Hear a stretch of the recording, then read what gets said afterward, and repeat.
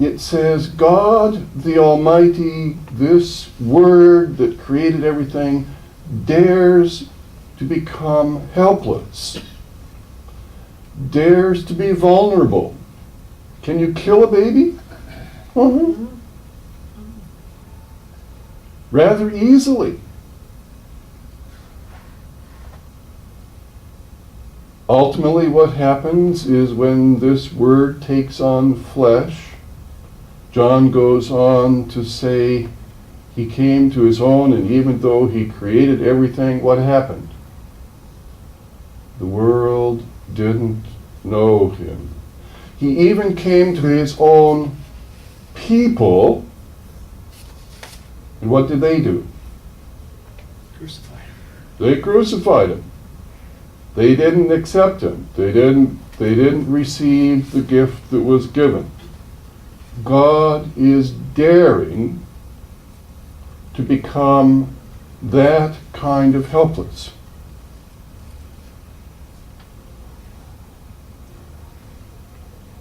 Does that raise the question, is God's nuts?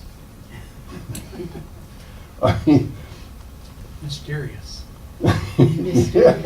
Why would God do that? Why not? If he's got all the power, if we had all the power, how many of us as children didn't say, well, if I could rule the world? And, what would we do? We would probably fix all the health problems, and we'd have the biggest, best army so that we would wipe out all opposition. We'd get rid of war, but we would do it the standard way that the world has done it. You have the bigger, better army. It's what Rome did. So here is God saying that didn't work. Did Rome succeed with a bigger, better army in generating peace? Not really. It's just that if you always have the ability to have enough soldiers to stick their swords at your throat and saying, you do want to be obedient now, don't you? that you say, yes, okay, I'll be nice. Don't run that thing through my throat, please. But does that really create peace? No. World War I, we fought to have a war to end all wars. That didn't end all wars. We turned around in a couple of years and we did it again, had another world war, and we haven't stopped since. So what's God saying about daring to be so vulnerable that he can get killed? Does it work? Would it work even for God to say, sit down, shut up, and do what I say? Had the people ever sat down, shut up, and done what God wanted? No. So God says, we're going to do it a different way. And he offers himself and says, take your best shot.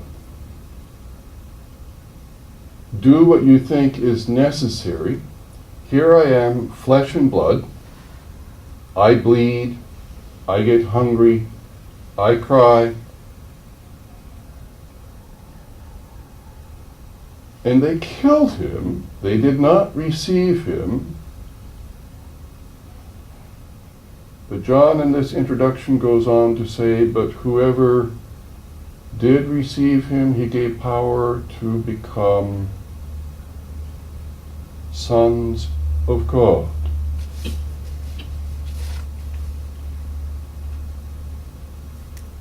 What Jesus does in becoming that Word made flesh is he absorbs into himself all of the stuff that we never get right, takes on all of our sin,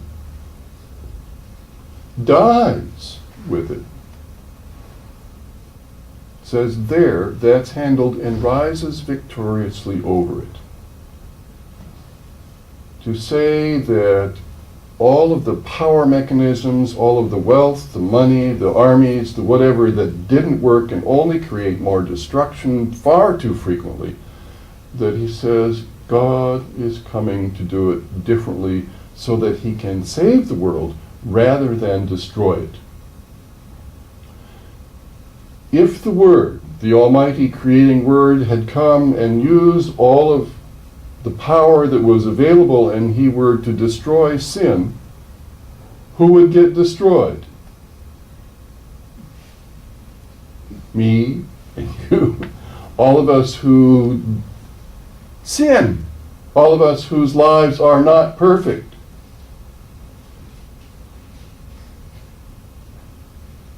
That doesn't win the war. God says, I want to love the people. And so this Almighty Word lets us know how he's going to operate by taking on flesh and blood, being the helpless baby, being the human being who grows up to say, I'm not here to fight with you.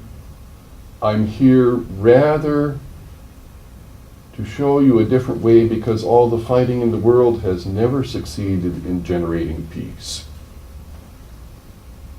And says then that I'm here to be this Word made flesh so that we might be children of God. And John concludes our particular section by saying, whoop-de-doo.